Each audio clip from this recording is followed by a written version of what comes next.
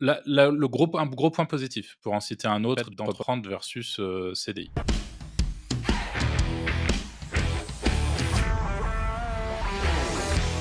Grosso modo, tes revenus sont illimités. C'est-à-dire qu'en CDI, tu as des gens qui commencent leur carrière, je sais pas, je vais dire une bêtise, en vrai à 1 800 ou 2 200 net, et ils savent qu'a priori, ils vont prendre 10 par an s'ils restent dans la même boîte, mais ce qui aujourd'hui n'est même plus trop une réalité parce que les gens ne restent pas dans les mêmes boîtes, les Mmh. coûts changent de haut aussi et cetera.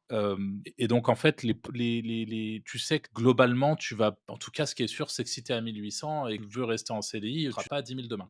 Ça semble un peu injouable. Là où avec l'entrepreneuriat, je dis pas que c'est facile, je dis pas que c'est la solution miracle, mais en tout cas, ce qui est sûr, c'est que, si, tu as de bonnes idées, si tu as une bonne méthode de travail, si, tu ne pas, ton salaire max avec, par exemple, des projets dans lesquels tu vas freelance, si tu en fait, tu pas vraiment de limite sur les revenus potentiellement à avoir et aujourd'hui, le web, par définition, te permet d'avoir un effet de levier en termes d'acquisition qui est colossal. Donc si jamais vous grosso modo, si vous êtes bon, vous pouvez faire vraiment beaucoup d'argent, et on en parlait dans un des derniers épisodes qu'on a fait, mais même si c'est un truc qui nous fait, doucement sourire en général, il y a aussi une notion de mindset de certains côtés, où ça nous arrive par exemple avec Franck et Anto de côtoyer des gens qui gagnent plusieurs centaines de milliers d'euros tous les mois profit, et côtoyer des gens qui, sont très contents de gagner 2 500 € tous les mois et qui vivent bien avec ça dans leur quotidien et en fait, la réalité, c'est quand vous gagnez 2 500 € et que votre entourage, gagne plus de 5 000 grosso modo, c'est difficile de s'imaginer une réalité dans laquelle on peut se gaver au point de plusieurs centaines de milliers d'euros de profit,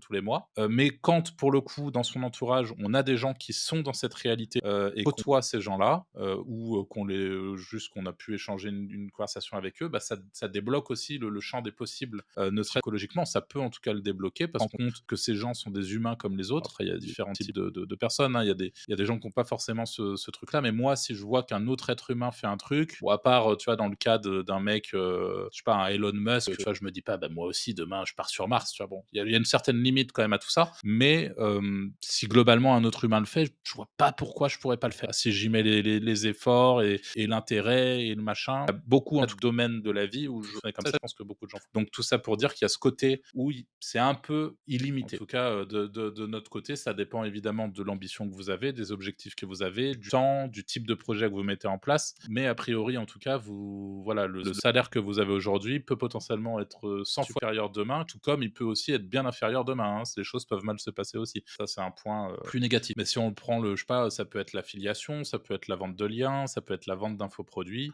Ça fait ce mois-ci faire 1 000 balles, le mois d'après 8 000, et après c'est en novembre, donc c'est Black Friday, donc là vous faites 40 000, et puis le mois d'après vous retombez à 10 000. Enfin bref, les choses peuvent évoluer et généralement ça fluctue, mais en tout cas vous n'avez pas cette limite en termes de gains. Donc ça, pour le coup, c'est un point positif. Je sais pas si vous voulez qu'on alterne point positif, point négatif, ou alors on liste un peu les Ouais, points qu'on a on notés. Et liste puis, comme ça, hein, je pense. Vu que là, on en parlait un petit peu de ces, variations que tu peux avoir dans tes gains, même si sur le papier, ils peuvent être infinis. Souvent, c'est aussi, corrélé du coup, enfin, tu as une corrélation qui est assez directe. En tant qu'entrepreneur, ça va être ton côté up and down. C'est-à-dire que, comme tu l'as dit, en général, tant que tout passe bien, ça va bien. Autant un jour, tu peux, perdre quasi 100 de ton business parce que l'algo a changé, que tu t'es fait pénaliser un site, que tu t'es fait, fermer ta chaîne YouTube pour une raison X ou Y, ou tu as un partenaire qui il y a 50 000 trucs et du coup, tu vas être plutôt sur une phase, très négative et qui fait que, chose que tu auras peut-être pas avec le salariat, par exemple, où, tous les jours tu vas au taf, tu es malheureux tous les jours, mais t'inquiète, c'est tous les jours comme ça. Je force le trait, j'abuse. Mais du coup, avec l'entreprise,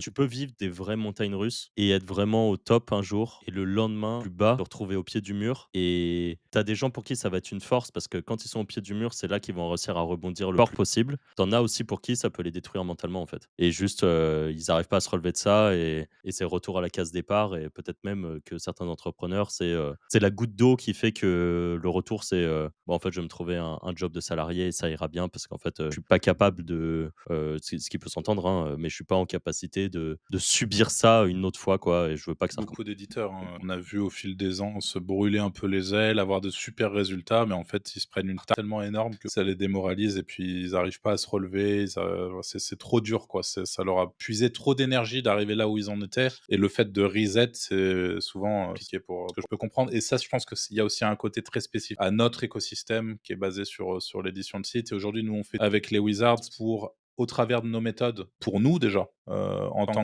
qu'éditeur, en tant qu'entrepreneur, mettre en place des méthodes qui nous sécurisent un maximum et qui rendent nos business le plus pérenne possible, qui transforment nos actions en actifs, qu'on puisse potentiellement demain revendre sans problème tout ce qu'on entreprend, et donc avoir un gros effet de levier sur ce qu'on met en place. Ça fait partie de ces 15 ans d'apprentissage, je crois, et d'adaptation aussi en temps réel au marché, à ce qu'on fait et le nombre de fois où justement on s'est brûlé les ailes à faire des trucs qui marchaient très, très bien, mais qui se pètent la gueule du jour au lendemain. L'idée, c'est aujourd'hui de corriger un peu ce truc-là en essayant le plus possible. On peut jamais l'éviter à 100 mais de se retrouver de nouveau dans la même situation et donc pour ça, il y a plein de choses à potentiellement, implémenter. C'est une manière de faire les choses. Anto, toi, tu expérimenté vraiment, force et gros up and down? Genre quand tu t'étais fait pénaliser, sur la Medic Update, tu vois? Ouf, Est-ce ouais, que bah, ça c'est t'avait le vraiment mis ouais, j'avais tellement la bas que flemme tu de hésité ouais, à c'est là où j'ai fait la maison, mais franchement, je serais pas reparti, en tout cas, j'ai jamais remonté de gros sites derrière, de toute façon, les gars, la réalité. Parce que j'ai fait que du spam après. Mais ouais, la réalité à l'heure d'aujourd'hui, par exemple, si vraiment je perds tout, je pense pas que je refais quelque chose, tu vois? Je trouve un bon taf dans un truc, qui fait, je sais pas, genre dans une, j'ai envie de te dire des trucs, mais dans des gros trucs d'affiliation, voilà. En fait, je préfère aller, taffer pour des mecs qui sont dans des gros trucs d'affi que me recasser les couilles à remonter un voilà. c'est marrant parce que j'aurais vraiment du mal à devoir faire ça en vrai. Ça fait Bon, plusieurs aussi fois que parce tu qu'en fait l'évoques, mais je pense que ça fait très mec, avec un ego énorme, ça, mais je pense que je suis pas mauvais et j'aurais une bonne gâche et je pourrais faire des trucs différents tout, tu vois? Au final, ça changerait pas trop mon quotidien, la réalité. ouais. Juste, je construirais pas pour moi, mais au final, c'est pas un truc, Tu aurais ta je tranquillité. ouais, voilà. Donc en C'est vrai, ça après changerait pas ce qui grand-chose. est ton curseur, le plus important, quoi. Ouais. Après, Donc toi, en tu as vrai, un ça me pur changerait black hat. Tu construis rien de long terme et tu construis rien de ouais. revendable. Donc, en fait, construire quelque chose pour toi ou non, Ouais, voilà, en fait, à part que là, sur certains coups, tu peux faire beaucoup d'argent, quoi. ouais, mais c'est des trucs que je pourrais toujours faire même si je travaille pour quelqu'un, la réalité, tu vois? Parce que c'est des Ah trucs, ouais, en ça side, tu dure pas dis? longtemps. Ouais, En voilà, genre je télétravail, vois une ouais. En voilà. télétravail, ouais. Mais je veux dire non, mais je veux dire, tu vois, si tu as une petite opportunité, tu la lances en côté, c'est jamais des trucs qui te prennent un temps de fou, tu vois? C'est comme tu dis, c'est pas des gros projets, donc en vrai, ça me changerait pas grand chose à mon quotidien. Ouais, OK. Ouais, Au ouais. contraire, parce que je pourrais jouer avec des budgets qui sont pas à moi. Oui, donc tu pourrais te permettre de faire, des Ouais. choses encore plus, OK. Ouais, moi, je pense Mais par que contre, tu me dis ce serait d'aller pas possible. travailler en agence à gérer 50 clients, je te dis: «Non, je relance des sites d'affiliation». Oui, OK, ouais.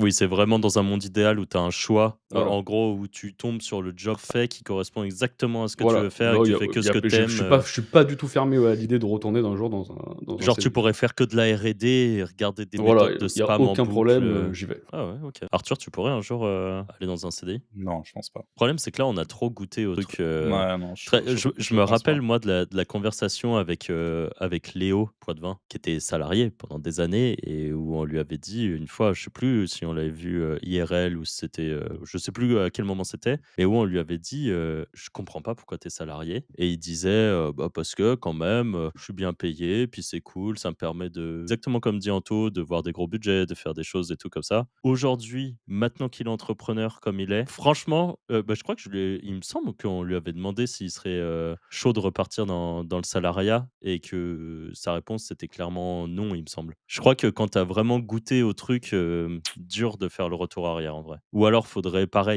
vraiment qu'on lui propose la place en or où il est ultra libre de ce qu'il veut faire, de comment il peut le faire, peut-être même de son Mmh. temps, de tout en fait. C'est sûr que si on t'offre une liberté totale, que tu peux bosser en gros, de tous les avantages de l'entrepreneur, mais juste tu construis pas pour toi, mais par contre tu as un bon salaire et tout, Ouais, mais la réalité, c'est qu'avec les je peux le profils qu'on a, on comprendre. pourrait avoir ce 2 places. Oui, sans doute, Donc mais moi tu moi vois? je t'avoue que savoir que je fais quelque chose qui est pas en gros, capitalise pas sur ce que je fais, que mon Ouais. quotidien et je dis ça alors que je revends pas mes sites, mais au moins je me dis si j'ai envie de les Si revendre, un jour ils sont là. si un jour tu vois, si un jour je peux me Ouais. permettre de le revendre, tu vois? Mais j'ai un de mes potes qui vient de revendre, un de ses sites, qui a pris un très, très, très beau multiple dessus. Il s'est juste fait contacter, on lui a proposé, il a dit: «Bah oui, OK» et voilà. Enfin, moi des offres de rachat, j'en ai vu qui étaient jamais très intéressantes donc j'ai jamais passé, le pas. Mais si un jour vraiment je reçois une offre qui est ultra alléchante, évidemment que je revendrai. D'ailleurs, sur le gros projet sur lequel je bosse, avec mon associé, on se l'est dit, d'entrée, genre day one, on s'est dit, si on reçoit une offre de rachat de tel montant, on accepte instantanément. Voilà, chose qu'on fera, sans doute, un jour. Moi, il y a quand même un truc, pour répondre à ta question. Là, en ce moment, je m'en rends compte aussi, c'est que à la fois, je suis très aligné avec beaucoup de choses, au niveau de l'entrepreneuriat, beaucoup de valeurs, qui sont très importantes pour moi et qui je me pose la question: «Est-ce que tu pourrais demain, un jour, retourner, dans le salariat?» Je te dis: «Non» parce que c'est enfin voilà, le salariat ne serait pas aligné sur tous ces trucs-là. Par contre, je vais prendre un exemple qui fait partie de mes arguments pour le salariat et qui, pour moi, au quotidien, est vraiment pesant, c'est la solitude. C'est que la réalité, c'est qu'aujourd'hui, je suis seul. Alors, même s'il y a des business où j'ai des associés, bon, les Wizards avec des associés, mais je suis seul dans mon putain de bureau toute la journée. Et ça, c'est à l'opposé complet de qui je suis vraiment. Et aujourd'hui, c'est super compliqué pour moi, si tu veux, d'être pleinement aligné. Et en fait, la réalité, c'est que c'est comme dans tout dans la vie. Je pense que tu es obligé de faire des concessions quelque part. Mais il y a ce truc-là qui, moi, me pèse au quotidien, et je sais que, par exemple, demain, si je devais repartir dans le salariat, le gros avantage pour moi serait de me lever le matin et de rejoindre une équipe là, j'idéalise le truc, hein, parce que la réalité, c'est que les gens, visiblement, d'après les sujets de conversation, ils sont plus en train de chier sur autre chose. Mais en tout cas, d'être content de retrouver les gens, d'échanger avec eux, de bouffer avec des gens différents le midi, de pouvoir avoir des sujets de conversation plus légers, là où mon quotidien est à la fois stimulant par tous les enjeux que je peux rentrer, tout fait, etc. Mais je suis seul, quoi. Je suis tout seul chez moi. Et ça, c'est un truc où peut-être que, en tout cas, faut soit savoir que ça sera le cas. Si vous vous lancez en tant que solopreneur, par définition, vous êtes seul dans vos projets, ou même si vous vous associez, peut-être que vous aurez un peu plus de. Mais quand bien même vous êtes seul chez vous, voilà. Et mais, pareil, paradoxalement, ce qui est rigolo, c'est que il y a eu une époque où sur Malte, pour le coup, on bossait dans les mêmes locaux avec Franck. On avait une équipe de fondateurs, on avait un bureau partagé, etc. Et on allait tous les jours au bureau, ce qui était très chouette. Mais ce qui était rigolo aussi, c'est que par contre, moi au bureau, et comme quasiment nous tous, bah, on avait un casque sur les oreilles, musique à fond, et il fallait surtout pas nous casser pendant qu'on Ah, bossait. et surtout, on était dans le même bureau. On avait, dites-vous, on avait un bureau ovale, donc avec une grande table au milieu où on avait chacun notre setup, donc on avait nos doubles écrans et tout ça. On était 4 associés, donc on était chacun, enfin, c'était un bureau ovale, mais on avait un gros, bureau rectangulaire au milieu. On avait chacun, un pan du bureau et on avait nos casques sur les oreilles. On était dans le même bureau, mais on se parlait par chat. Ouais, pour pas se faire chier, quoi. C'est ça, on était dans Ouais. une table. Et moi, la réalité, Ouais. c'est qu'aujourd'hui, je le vois, hein. Si jamais je suis en train de faire un truc, déjà, je trouve que être concentré, c'est pas forcément quelque chose de facile. Je pense pour beaucoup de gens, Ouais. mais j'en fais partie. Donc, si jamais, par miracle, je rentre dans ma zone, putain, faut surtout pas que tu me casses les couilles, que tu me parles, que je sois notifié, que machin. Sinon, je mets 1 heure et demie à re-rentrer dedans, en fait. C'est juste abominable. Donc, à l'époque, c'était la solution qu'on avait trouvée. Et ça fonctionnait très bien comme ça. Mais du coup, ce qui est un peu Ouais. paradoxal, c'est qu'à la fois, je suis en train d'expliquer à quel point. Ouais, mais après, parce que ça reste le travail. Même si tu es en entreprise, tu vas pas parler H24 au mec, tu vois? Ouais. Comme tu dis, c'est des Non, moments mais ouais. où Mais la diff, par contre, c'est vrai que bah, le midi, bon, quoique, on mangeait même pas toujours ensemble parce qu'on jouait à WoW le Si, quand midi. même. Non, Ouais, mais bon, ça va. on geekait ensemble le midi, mais par contre, c'est vrai que bah, à ouais, mais l'époque. c'est si tu veux avoir une interaction, tu peux l'avoir. Là où Oui, quand tu es tout bah, seul, à l'époque, Arthur, tu étais fumeur. Je sais que c'était un peu votre pause avec les autres. Je crois que j'étais le seul non-fumeur. Mais du coup, tu prenais des Ouais. pauses soit avec les employés, soit avec les autres, nos associés.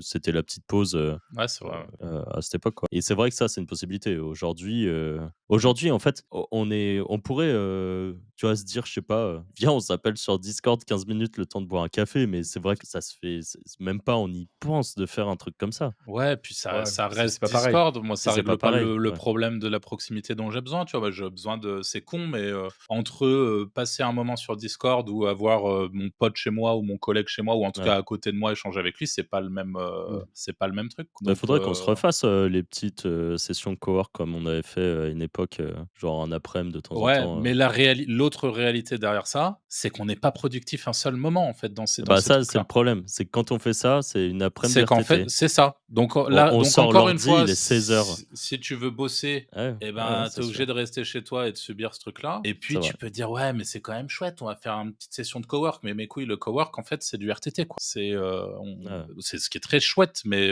tu bosses pas, quoi. Faut le faire dans des timings où typiquement là, on est dans des timings très serrés avec plein de périodes de Black Friday, de machin. Il y a aucun moment dans lequel je peux coworker en ce moment. Ouais. C'est pas possible. Et moi, mon hantise des coworks, c'était que avant je bossais sur le CBD, donc il y avait des grosses feuilles de weed dans tous les sens et tout. Donc Voilà, à c'est chaque fois, pire je me maintenant. disais, et c'est ça. Et du coup, déjà, je me disais, un border quand même, s'il y a quelqu'un qui passe, enfin, tu sais, qui voit mon écran, hors mes potes, parce que mes potes, je m'en fous, mais les autres gens, ils devaient se dire, putain, mais qu'est-ce qu'il fait lui? Et alors maintenant, en adulte, tu vois des trucs qui sont un peu énervés, je peux pas le faire dans un coworking, quoi. Ouais, c'est vrai. Donc c'est la problématique, c'est que parce que ça, c'est ce que je m'étais dit. Et les rares fois où on a fait un coworking pendant que j'étais sur cette niche, enfin en étant sur cette niche, bah du coup, je faisais des tâches extrêmement annexes, quoi. Ouais. Et qui, dans tous les cas, fallait les faire, mais pas le truc que j'aurais fait forcément à ce moment-là, quoi. Et toi, Anto, t'étais impacté par ça ou pas du tout? Bah, moi avant je m'en foutais, mais là, je sais pas si c'est avec l'âge, mais ouais, je dirais pas que ça me pèse, mais ça me dérangerait pas. Là où avant, par contre, je m'en foutais de ouf, tu vois?